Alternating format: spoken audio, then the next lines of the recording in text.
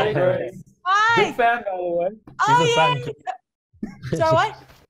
He's a fan too. Big fan. Oh, yay. That makes me so happy. I'm a big fan of your work. I was blown away by your shorts. They're incredible. That Mickey hat. Perfect. Thank you. So could you just, I'm familiar with your work, but for my viewers, could you introduce yourselves and your shorts? Just a quick Yep. intro. Absolutely. I am Pius Ninyoa. I am from Zimbabwe, and my short film is Mukuze. Hey, my name is Ntato Mokhat. I'm from South Africa, and my short's called Surf Sangoma. My name is Raymond Malinga. I'm from Uganda, and my short is Herder Boy. And I'm Anthony Silverstone, and I'm an executive producer on Kizazi Moto, and I'm from Triggerfish in South Africa. Oh, awesome. You know, animation is becoming more and more popular worldwide, including with adults. Everybody's loving animation, and it's becoming more global. And even more so than live action, I feel that animation often really reflects the country and region that it comes from. So what do you hope this show says, not just about Africa, but your respective countries? Very deep. That's right. You know, right off the bat. Yeah, I wanted to show South African youth's tenacity, that like there's a lot of challenging conditions, but youth really fight through it. And whether it's through art or culture, our guy's a surfer. So through this mad post-apocalyptic world, he's still, you know, feeding his soul with his passion. And yeah, that's something we wanted to express. African youth beating the odds and still doing amazing stuff. Yep. Yeah. So for our film, we wanted to show that we're more than what was defined, you know, for us like years ago, and our courage to reconnect to our own roots. Because like here in Africa, you know, what mostly is depicted is that child, right, with the flies and stuff like that. That's not true. I mean, I'm sure that child is out there, but we're fun. We're fun, and our culture in itself is beautiful, it's brilliant, and once again, we're not what people think we are. I guess that's the long and short of it. Yeah. Well, for me, it's the theme in my film is about proving yourself and showing what you're able to do. You know, we've been left out of the equation for so long, and the theme in Herder Boy is about how can, I'm here, give me a chance, you know, give me a chance, right? And I may surprise you with the solutions I come up with. And that's what Kizazi Moto speaks to. And even beyond that, like Uganda has a very strong cattle keeping tradition, and it's also very common around the whole of Africa. And there's some people who do live off of cattle as their means of life. And I thought it was really cool to just show that what if the cattle could also contribute to the technology of a world as well. And so, yeah, that's what I thought. I thought like cool stuff can come from Uganda and from Africa. Well, yeah, I love the way you guys I'm sorry, go ahead. Mm-hmm. No, well, I was just going to say, you know, for the whole anthology, I think what was great about it was that, you know, even though there were 5 shorts actually from South Africa in the end, you know, they're all completely distinct and different because South Africa is a melting pot of a whole lot of different, you know, unique cultures. And to show that Africa is not one country, you know, the film from Uganda has something very special and unique to it versus the other one from Nigeria versus the one from Kenya. And so to show the diversity of the continent was really important too. Your shorts are incredible. They're so visually thrilling. They reminded me of so many great things, like not just Spider-Verse, but Black Panther, and also Blade Runner. I was getting strong Blade Runner vibes. I was like, this is awesome. So without spoilers, can you guys tell me your favorite shots in your shorts that you're particularly proud of?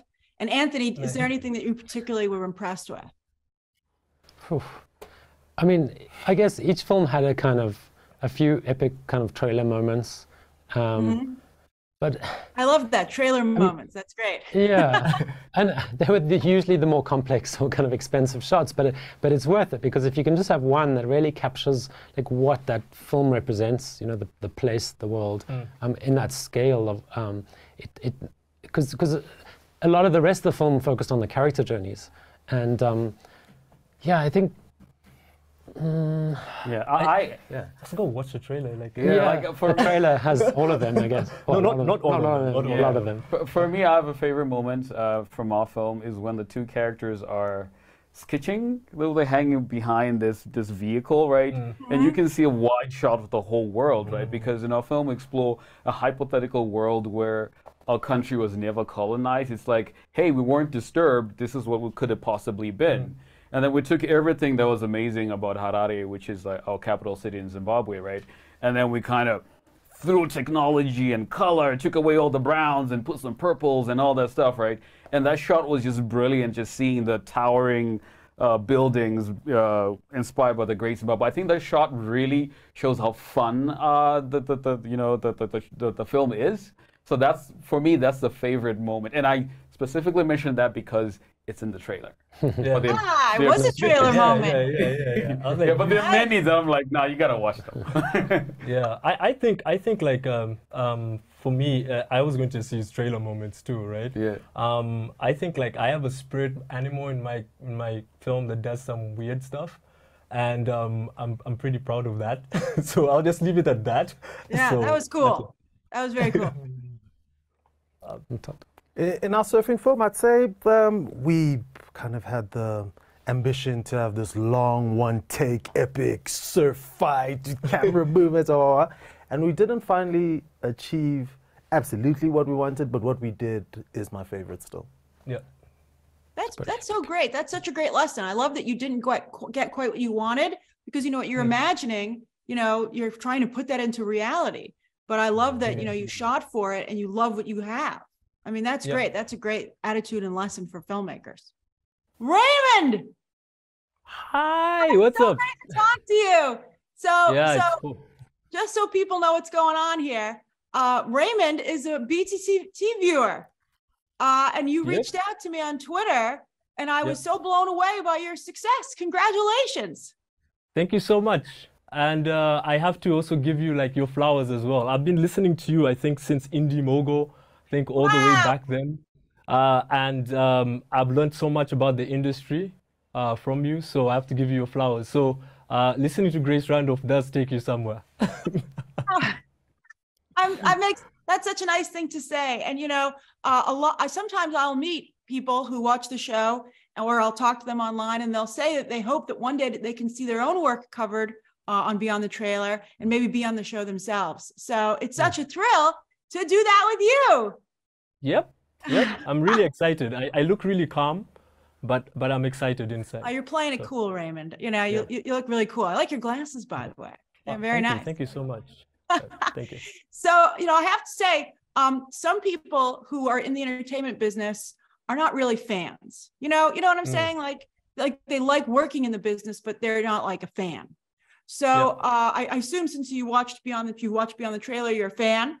How do you feel that element has helped you on your journey? Yeah, what's interesting is that, first of all, I would say that I run a studio back at home. I have a studio, it's called Creatures Animation. I run it with my brother, Robin Malinga, with a couple of Ugandans. And so we did a short film, A Calaban Date My Homework. I have to shout out, go watch it. But I think what's interesting is that because we have been so far removed from this discussion, the entertainment industry, we have always been fans, And so we end up entering the business, as fans, right? So most of the people you find on the African continent who are actually in the business of animation are probably fans. So I think it has helped me because I am able to not only work on a film, but go to the cinema and enjoy it from both a business point of view and both a fan point of view. And I think I only started understanding that when I started talking to more people in the industry out there, that like not everybody, just as you said, not everybody who works in the industry are fans. But I think it's really lucky to be developing an industry on the continent where most people who are working in there are just fans. Why would you be doing it anyway? Right? Because why would you be doing it?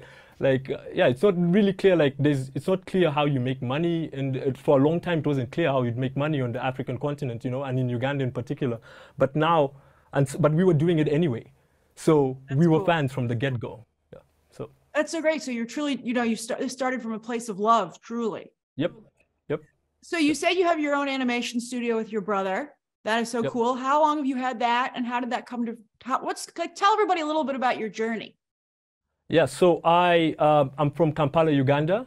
I was born there, and I studied animation and visual effects from Malaysia. Shout out Multimedia University. And You go to Malaysia? Yeah, I did go to Malaysia, and then I got a job, and I quit my job to come back because Africa was calling. That was about 2014.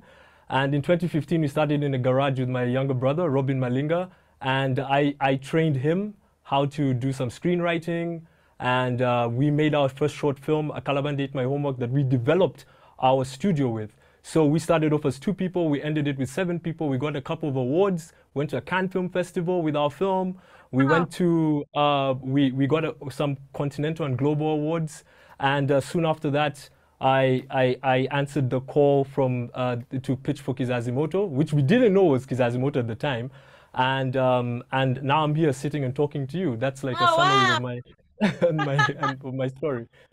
Well, I think that's so interesting because, a lot of times people, when they think about where they should study animation, I think they don't think of the global resources that are available to them. So, I mean, how was it studying in Malaysia? That sounds like a really exciting journey.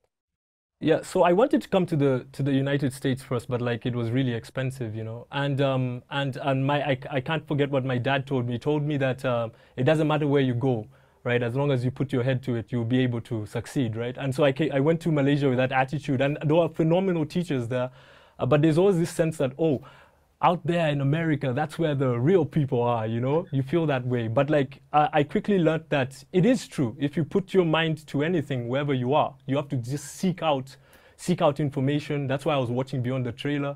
I introduced Beyond the Trailer to my brother, and we were just trying to learn about the industry. And so the thing is like, and what we're trying to do now is we're trying to bring what we've learned back to Africa, like in Uganda, and try to train people. So like the team that I have right now was trained pretty much by me.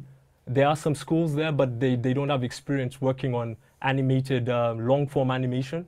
So I've been training them and developing them and trying to show them that what's more important than going to the United States is having the right attitude wherever you are.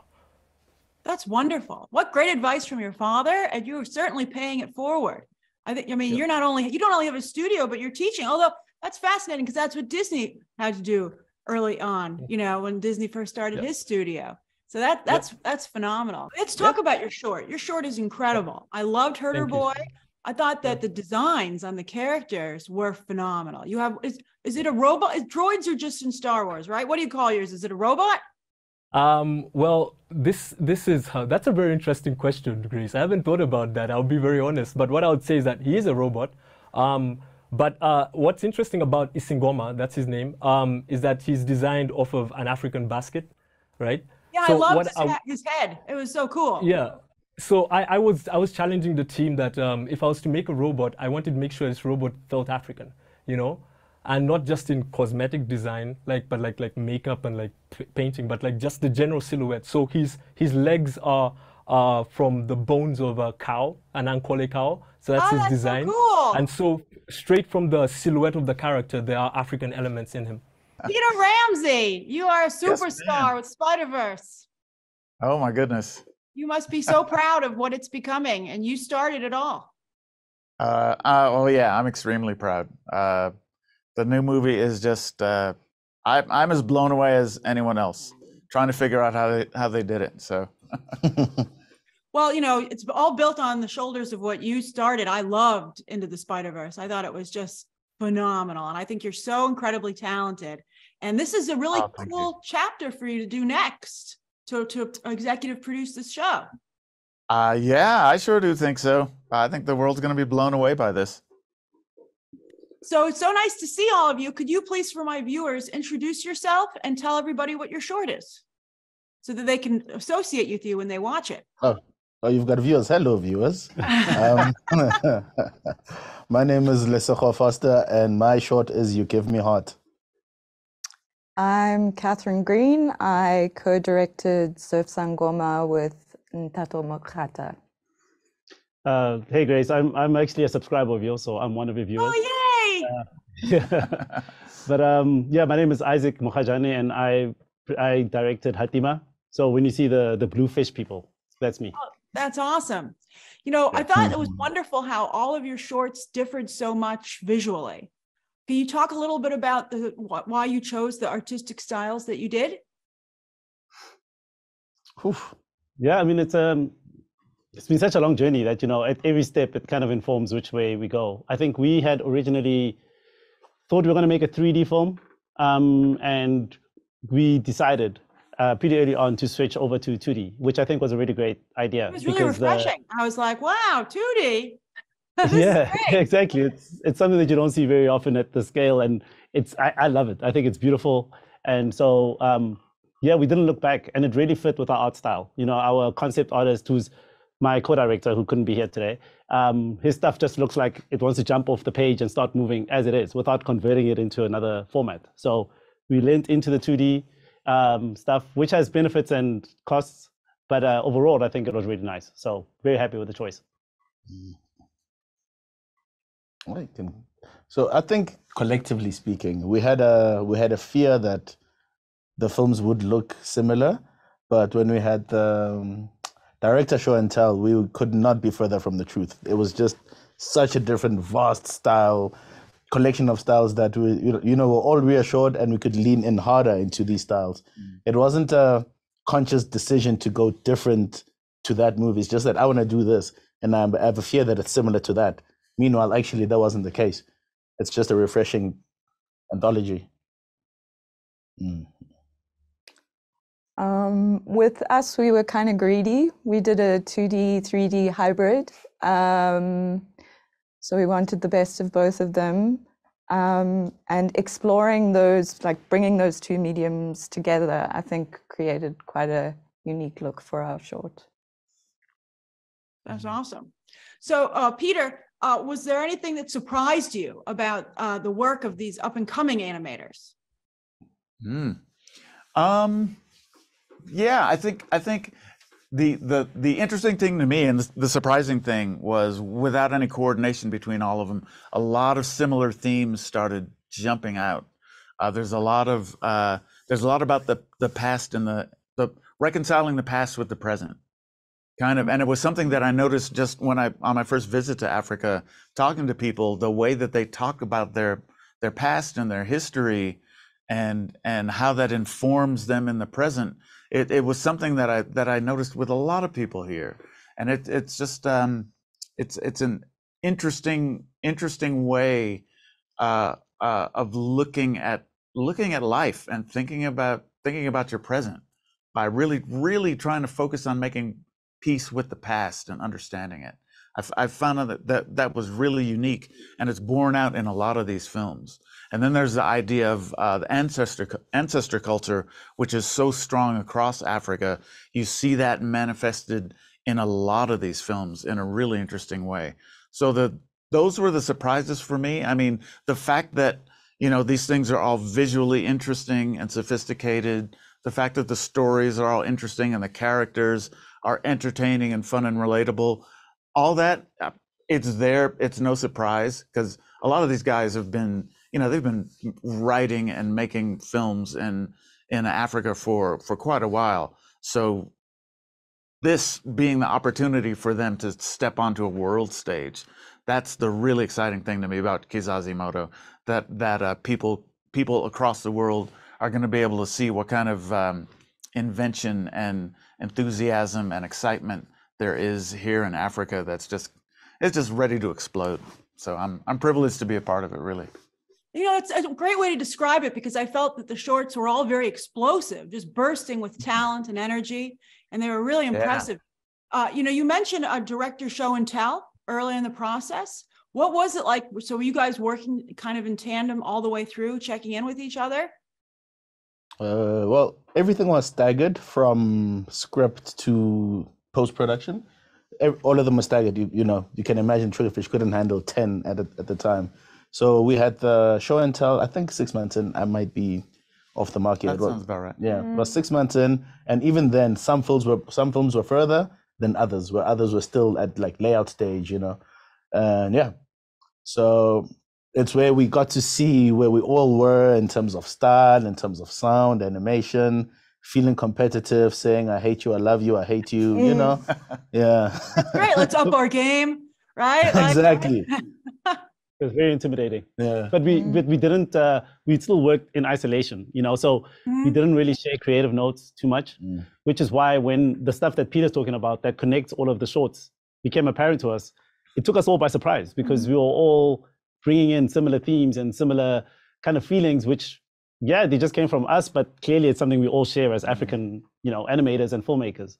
So that was a cool thing to see, a cool surprise. But yeah. Hi. Oh, this room looks ready to party. I love it. Hi. So I'm Grace Randolph from Beyond the Trailer. It's so nice to meet all of you. Oh, what? Hello. Oh, wow. Well, I'm happy to meet you. Have you not seen Beyond the Trailer? No, I have. I'm just saying. I love it. I'm honored. I'm honored. All of your work is just so impressive. I've seen your shorts. I was blown away. So just so when my viewers, when they watch the shorts, I'd love for them to be able to associate you with your work. So could you just introduce yourselves and tell them which short that you did? I'm Tsapo Moche, and I directed First Totem Problems. I am Tendai Nyeke, executive producer on the anthology. I am Tafazo Hove, and I directed Mukudze. I'm Ngando Moke, and I'm the director of Enkai. Wow, so it's great. So you guys, all of the styles of the shorts are so different, which I think is really cool. How did you select your style, and why? What does that say about your work? Like, what were you hoping for? So I came in as a first-time director, and I felt outside of just still experiencing and gaining knowledge around the animation world in itself, that I, growing up, also just had a love for my own shows, and 2D was what I felt best served the character and the story and a lot of the action that you see in the comedy affairs, and also just out of my own kind of nostalgic love for 2D in this wonderful world of 3D and beyond. I wanted to just put forward something that spoke to me in the same way my story and my characters kind of spoke to me as an individual. So that's why we went with a 2D space. Yeah, I loved the 2D. Your short was so fun. I thought it was great. Thank you. Good to hear. Thanks.